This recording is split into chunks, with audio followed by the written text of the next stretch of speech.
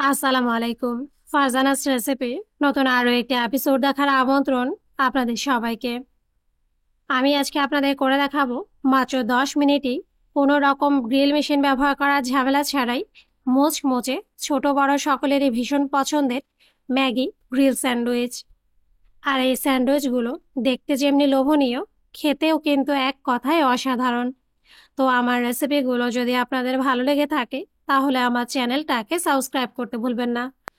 আর আমার প্রতিটা ভিডিওর নোটিফিকেশন সবার আগে পেতে বেল বাটনে একটা ক্লিক করে দেবেন। তো চলুন গিয়ে দেখে নিই ম্যাগি গ্রিল স্যান্ডউইচ তৈরি করার সম্পূর্ণ প্রস্তুত প্রণালী। এখন প্রথমেই আমরা স্যান্ডউইচের জন্য ম্যাগির প্রিপারেশনটা করে নেব। তাই এখানে আমি চুলার মিডিয়াম হিটে একটা প্যানের মধ্যে দিয়ে দেব 2 টেবিল চামচ রান্নার রেগুলার তেল।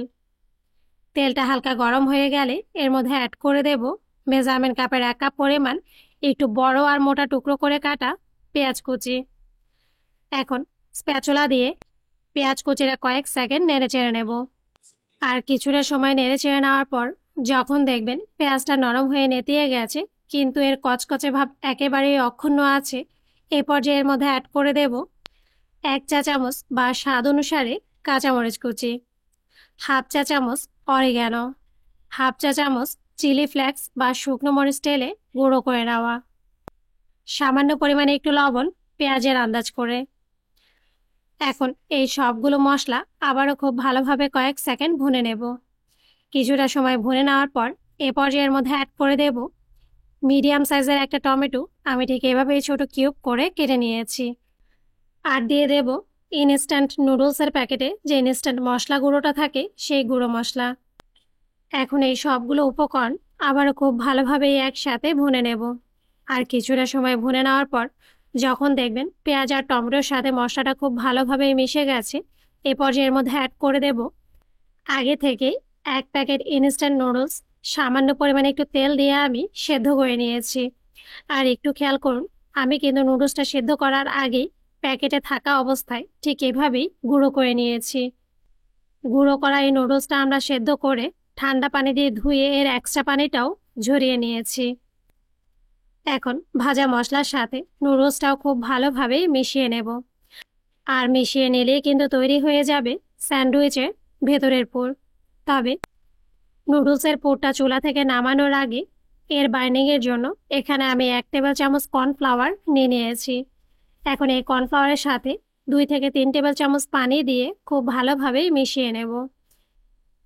এরপর কর্নফ্লাওয়ার গোলানো এই পানিটা আমরা রান্না করা নুডলসের মিশ্রণে দিয়ে আবারও ভালোভাবে নেড়ে চেড়ে এক্সট্রা পানিটা শুকিয়ে নিলেই কিন্তু তৈরি হয়ে যাবে স্যান্ডউইচের জন্য নুডলসের পুর। এখন এই নুডলসের পুরটা আমরা চুলা থেকে নামিয়ে পুরোপুরিভাবেই ঠান্ডা করে নেব। সেই সাথে স্যান্ডউইচ তৈরির মূল প্রিপারেশনে চলে যাব। এর জন্য এখানে আমি আগে থেকেই কয়েক পিস স্যান্ডউইচ ব্রেড নিয়ে নিয়েছি। এখন 2 স্লাইস স্যান্ডউইচ ব্রেড নিয়ে ব্রেডের ওপরে 2 চা চামচ করে টমেটো সস দিয়ে দেব। তবে আপনারা চাইলে এখানে টমেটো সসের পরিবর্তে ম্যায়োনিজ অথবা টমেটো সস আর ম্যায়োনিজটা মিলিয়ে ব্যবহার করতে পারেন, কোনো সমস্যা নেই। এটা সম্পূর্ণই আপনার স্বাদের ওপর নির্ভর করবে। এখন সম্পূর্ণ টমেটো সসটাই আমরা ব্রেডের গায়ে ভালোভাবে স্প্রেড করে দেব। এরপর 1 স্লাইস ব্রেডের ওপরে আগে থেকে যে নুডলসের পুরটা আমরা তৈরি করে রেখেছিলাম সেই পুরটা দিয়ে দেব। এরপর ওপর থেকে টমেটো সস দিয়ে কোট করে নেওয়া আরও 1 স্লাইস ব্রেড বসিয়ে দেব এবং সব শেষে ওপর থেকে 1 চা চামচ বা আপনার পছন্দ মতো বাটার একটা নাইফ দিয়ে স্প্রেড করে নেব। যেহেতু স্যান্ডউইচটা আমরা গ্রিল করব তাই অবশ্যই গ্রিল করার আগে ব্রেডের 2 পাশে খুব ভালোভাবে বাটার লাগিয়ে নেবেন। তাহলেই দেখবেন ঘরের তৈরি স্যান্ডউইচের মধ্যে অথেন্টিক দোকান বা রেস্টুরেন্টের মতোই টেক্সচার চলে আসবে। দেখুন স্যান্ডউইচের এক পাশে কিন্তু বাটার দিয়ে খুব ভালোভাবে কোট করে নেওয়া হয়ে গেছে। আর এ পর্যায়ে স্যান্ডউইচটা গ্রিল করে নেওয়ার পালা, তাও আবার ঘরোয়া উপায়। আর এর জন্য আমরা চুলার প্রিপারেশনে চলে যাব। দেখুন চুলায় আগে থেকে আমি লো মিডিয়াম হিটে একটা গ্রিল প্যান ভালোভাবে গরম করে নিয়েছি। এখন এই প্যানের ওপরে স্যান্ডউইচের যে পাশটা আমরা বাটার দিয়ে কোট করেছিলাম সেই পাশটা দিয়ে দেব এবং হালকা হাতে প্রেস করে দেব।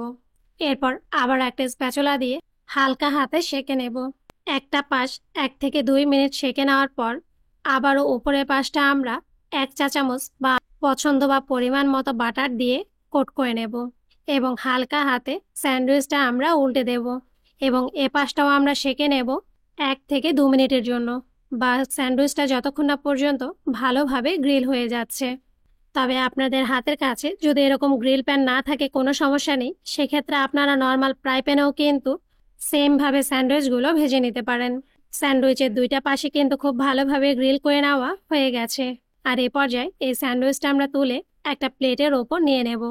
সেই সাথে সেমভাবে আরও একটা স্যান্ডউইচও আমরা গ্রিল করে নেব।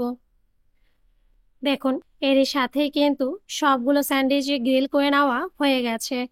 আর এ পর্যায়ে এই স্যান্ডউইচগুলো দেখতে কতটা পারফেক্ট হয়েছে সেটা নিশ্চয়ই আপনারা ভিডিওটা দেখেই বুঝতে পারছেন।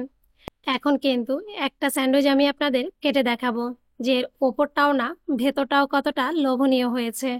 আর স্যান্ডউইচ কাটার জন্য কিন্তু সব সময় এরকম আড়ি ছুরি ব্যবহার করবেন, তাহলেই দেখবেন স্যান্ডউইচটা খুব সহজে স্মুথলি কেটে গেছে।